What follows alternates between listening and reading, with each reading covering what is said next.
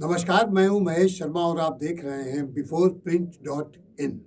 जो हाल में राजनीति में भगदड़ मची है, यानी भारतीय जनता पार्टी से जो टूट टूट कर मंत्री और विधायकगण समाजवादी पार्टी में जा रहे हैं, इस भगदड़ की राजनीति ने एक नए समीकरण को जन्म दे दिया। कमंडल की राजनीति करने वाली भाजपा को भी मंडल के रथ पे सवार होना पड़ रहा है, यानी पिछड़ों की राजनीति शुरू हो गई है। और भाजपा जिसके बारे में कहा जाता था अब तक वो धर्म और विकास के रथ पर सवार होकर के ये चुनाव लड़ रही थी, अब उसे मंडल रथ पर भी आना पड़ रहा है। उसे अपना पिछली जातियों का वोट बचाने की जरूरत उसको आन पड़ी है और इसका ताना बाना बुना जा रहा है, क्योंकि 2017 के चुनाव में पिछली जातियों ने ताबड़तोड़ वोट दिया, आमाझोर वोट भाजपा के समर्थन में दिया और भाजपा 326 सीटों के लगभग भाजपा और उसके सहयोगी दलों ने जो गेन की थी 2017 में, तो उसमें सीधी मतलब बहुत कामयाबी से सरकार बना ली बिना किसी दिक्कत के, किसी रुकावट के। लेकिन एक समीकरण जो बीजेपी के शीर्ष नेतृत्व ने, जो न जाने क्यों कि जब सारी जातियां उसके पक्ष में थी, अदर देन जाटो जो दलित के, उसके भी वोट उसको मिले, अदर देन यादव ओबीसी के, वो सारे वोट उनको मिलते रहे, ज़्यादा से ज़्यादा मेजर वोट उन्हीं के हिस्से में गया। तो इसके बाद भी आखिर उसे क्या जरूरत पड़ी कि उसे धर्म का कार्ड खेलना पड़ा, हिंदुत्व का कार्ड खेलना पड़ा, क्योंकि उस समय ये तय हो गया था कि मुख्यमंत्री कोई पिछड़ा ही होगा और लोगों को अंदाजा था कि केशव प्रसाद मौर्य मुख्यमंत्री हो सकते हैं। लेकिन ऐसा नहीं हुआ। योगी आदित्यनाथ से लोकसभा में इस्तीफा दिला करके उन्हें मुख्यमंत्री की कुर्सी पर बिठाया गया और 2 उप मुख्यमंत्री बनाए गए, एक केशव प्रसाद मौर्य और एक दिनेश शर्मा। बस यहीं से पिछले वर्ग की नाराजगी होने लगी।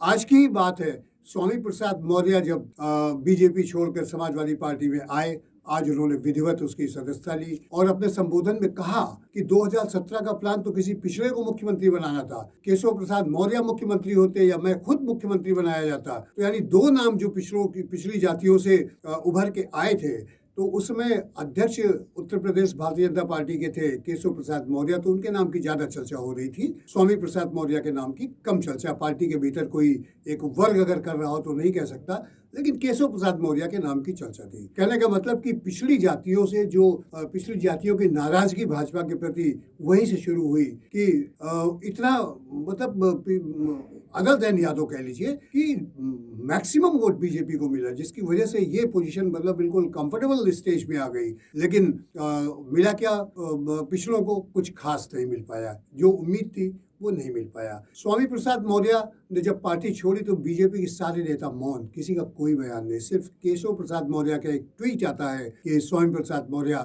मतलब बैठकर बातचीत की जा सकती है और जो जल्दबाजी के निर्णय अक्सर कामयाब सफल निर्णय नहीं होते हैं। इस तरह के उन्होंने एक सुझाव दिया ट्विटर के माध्यम से, सोशल मीडिया के माध्यम से, जो निश्चित तौर पर स्वामी प्रसाद मौर्य के पास पहुंचा होगा, पर वो बहुत ज्यादा कारगर साबित नहीं हुआ। आज यह है कि पिछली जाति के ज्यादातर मंत्री, एमएलए, ये सारे लोग बराबर भाजपा छोड़ करके आते जा रहे हैं और दावा तो यहाँ तक किया जा रहा है कि क्योंकि मकर संक्रांति आज से चालू हो गई है, तो 20 तारीख तक काफी संख्या में एमएलए टूट सकते हैं, कुछ मंत्री भी टूट सकते हैं, ऐसा कहा जा रहा है। और समाजवादी पार्टी में शामिल हुए भाजपा के लोग तो खुलेआम ये बात कह रहे हैं, बयान भी दे रहे हैं इस बात के, और पूरे विश्वास के साथ। क्या होगा ये तो समय बताएगा, लेकिन फिलहाल ऐसा लगता है कि जैसे भारतीय जनता पार्टी थोड़ा मुश्किल में आ गई है। और उधर समाजवादी पार्टी भी बहुत ज्यादा उत्साह से लबरेज है। अखिलेश यादव बिल्कुल फूल के कुप्पा हैं, उन्हें लग रहा है कि बिल्कुल सामने मुख्यमंत्री की कुर्सी रखी हुई है, 10 मार्च को नतीजे आएंगे और वो उनकी ताजपोशी हो जाएगी, वो उस पर बैठ जाएंगे जाकर के। वो इतने कॉन्फिडेंट हैं और खुलेआम बराबर ट्वीट के माध्यम से, भाषण में, प्रेस कॉन्फ्रेंस में कह रहे हैं कि बीजेपी का खेल यूपी से खत्म हो चुका है। अब खेल किसका खत्म होगा, किसका नहीं खत्म होगा, ये तो चुनाव नतीजे बताएंगे। लेकिन अखिलेश यादव की पार्टी, समाजवादी पार्टी में भी कहीं ना कहीं बेचैनी है। वो इस बात को लेकर के बेचैनी है कि यादव वर्ग का भी, यादव जाति की भी एक उपजाति उनसे धीरे धीरे नाराज होती दिख रही है। और दूसरी बात ये है कि समाजवादी पार्टी से टूट कर बनी जो प्रगतिशील समाजवादी पार्टी, जिसके नेता शिवपाल सिंह यादव, उनके चाचा मुलायम सिंह यादव के छोटे भाई वो हुआ करते थे, तो उन्होंने सीटों के समझौते की मीटिंग में एक सबसे जो अपना मतलब एक तरह से कहिए कि लोग कह रहे हैं कि उन्होंने आत्मसमर्पण कर दिया, वो अखिलेश यादव के समक्ष नतमस्तक हो गए। मात्र 6 सीटों पर समझौता करके चले आए और पहली सीट उन्होंने जसवंत नगर की अपने बेटे आदित्य के लिए हामी भरा ली और दूसरी गुन्नौर से खुद। अब कहा जा रहा है कि अखिलेश यादव उन्हें 6 सीटें भी नहीं देंगे, बस 2 पे ही खाली बर्दाश्त कर लें और विलय कर लें समाजवादी पार्टी में। आदित्य विधानसभा पहुंच जाएंगे, शिवपाल खुद पहुंच जाएंगे। तो ये जो शिवपाल यादव की राजनीति थी, जिनके भरोसे रघुराज सिंह शाक्य, शिव कुमार वेरिया, अरुणा कोरी, शादबा बेगम जो पूर्व मंत्री थी, ये सब दिग्गज समाजवादी पार्टी के लोग हैं जो मुख्तलिफ इलाकों से आते हैं। ये सब इन्होंने शिवपाल यादव के नेतृत्व में आस्था जताई थी कि ये लोहिया डॉक्टर राम मनोहर लोहिया के रास्ते पर चल रहे हैं और प्रगतिशील समाजवादी पार्टी से ये लोग जुड़े भी। लेकिन इनको मिला क्या? कुछ नहीं। आज की तारीख में ये लोग इस बात को लेकर के बेचैन है कि ये तो पूरी तरह से राजनीति के हाशिए पर फेंक दिए गए, वो भी चुनावी वर्ष में, जब चुनाव में इनकी भूमिका होनी चाहिए। क्या शिवपाल यादव इतना भी नहीं कर सके कि इन लोगों के लिए भी कम से कम कोई ना कोई विधानसभा क्षेत्र तय कर लेते या बात करते? सुंदरलाल लोधी, जो कि हमारे बगल के कानपुर के बगल के जिले में उन्नाव से हैं, सुंदरलाल लोधी बड़े सीजन्ड और बड़े मतलब वरिष्ठ नेता माने जाते हैं और प्रगतिशील समाजवादी पार्टी के प्रदेश अध्यक्ष रहे हैं। यहाँ तक कहा जाता रहा कि जब भी सीटों का समझौता होगा तो उन्नाव सदर की सीट हो सकता है शिवपाल सुंदरलाल लोधी के लिए मांगे, लेकिन वो तो चर्चा में ही नहीं आए। तो अब ये नेता परेशान है कि ये ढूंढ रहे हैं कि इनको कोई ऐसा नेतृत्व मिले, क्योंकि इससे पहले भाजपा की तरफ से एक बड़े वरिष्ठ नेता, बड़े समाजवादी नेता बताते हैं, हमें खुद उन्होंने बताया कि भाजपा की तरफ से शिवपाल यादव को सीधा ऑफर था कि विधानसभा की कम से कम 15-16 सीटें लड़ सकते हैं। लोकसभा के चुनाव में भी 3 या 4 सीटें भाजपा उनको दे देती अगर वो आ जाते। तो इससे बढ़िया तो भाजपा में चले जाते, तो कम से कम उनके साथी लोग, उनका तो राजनीतिक भविष्य कुछ बन जाता। यहाँ पर ना वो कुछ बार्गेन कर पाए, ना ही मतलब एक आत्मसमर्पण कर दिया और बाकी अपने साथियों को भी अधर में छोड़ दिया। तो अब ये जो नेता हैं, ये पुराने दिग्गज समाजवादी या वरिष्ठ पदों पर रहे हैं, कोई पूर्व MP MLA रहा, कोई पूर्व मंत्री रहा है, तो ये सब बिल्कुल भटकाव की सी स्थिति में आ गए हैं। दूसरी तरफ जो घोसी समाज है, यादव की जो उपजातियां हैं, कमरिया और घोसी, तो घोसी बहुतायत में है। तो कमरिया यादव जो समाजवादी पार्टी के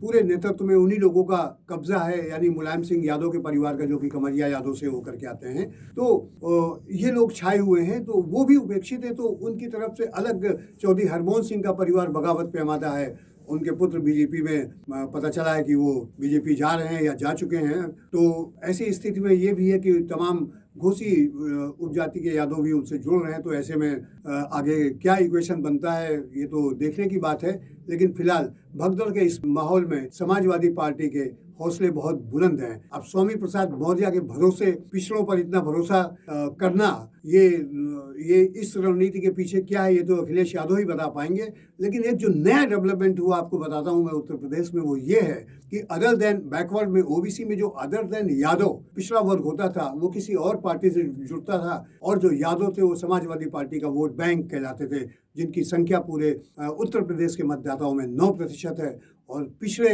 वर्ग की जो जितनी भी जातियां हैं, उसमें यादवों का हिस्सा जो है वो 20% यादव जाति के मतदाता होते हैं, बड़ी संख्या में होते हैं वो। लेकिन अब आज जो भगदड़ मची है, जो एक प्लेटफॉर्म पे आते जा रहे हैं, तो उसमें यादव और नॉन यादव बैकवर्ड कम्युनिटीज जो हैं, पिछड़ी जातियां, वो सब एक मंच पर आती दिख रही हैं। ये बहुत बड़ा परिवर्तन है उत्तर प्रदेश की राजनीति में। अगर ये वास्तव में इसका इम्पैक्ट मतदाताओं पर, पिछड़ी जाति के मतदाताओं पर पड़ा कि क्या यादव और दूसरी जो जातियां हैं वो क्या एक मंच पर आ सकती हैं, या उनका कोई अदर देन यादव पिछड़ी जातियों का एक बड़ा हिस्सा यादवों के साथ मिलकर काम कर सकता है। अगर ऐसा होता तो निश्चित तौर पर एक बड़ा परिवर्तन होगा, जो कि ऐतिहासिक परिवर्तन होगा। तो ऐसे में अब देखिए क्या इसका इम्पैक्ट पड़ता है। ये तो चुनाव के दौरान और उसके बाद जब मतदान होगा, फिर नतीजे आएंगे, तभी पता लगेगा। लेकिन ऐसे कयास अभी से लगाए जाने लगे हैं कि हो सकता है ये चुनाव उत्तर प्रदेश की राजनीति को एक नई दिशा देने में सफल होगा। अब ये नई दिशा पिछड़ी जातियों का एक मंच पर एक साथ जुटना चुनावी राजनीति में या राजनीतिक उसमें, ये अपने आप में बड़ी बात होगी। और दूसरी बात क्या, ये भी इससे इन नेताओं का भी जो ओबीसी के जो अदर देन यादव पिछड़ी जाति के नेता जो शामिल हो रहे हैं समाजवादी पार्टी में, इनकी भी अग्नि परीक्षा है कि इनकी फॉलोइंग है भी कि नहीं, या इनका वहां पे जाना इनके मतदाताओं को, इनकी जातियों को, इनके समर्थकों को अच्छा लग रहा है कि नहीं लग रहा है। ये सब समय बताएगा। और वो समय कब आएगा? 10 मार्च, जिस दिन काउंटिंग होगी उस दिन सारे दूध का दूध, पानी का पानी बिल्कुल साफ हो जाएगा। तब तक देखते रहिए beforeprint.in। नमस्कार। अगर आपको हमारा वीडियो पसंद आया हो तो इसे लाइक करें, सब्सक्राइब करें और साथ ही बेल आइकन दबाना ना भूलें।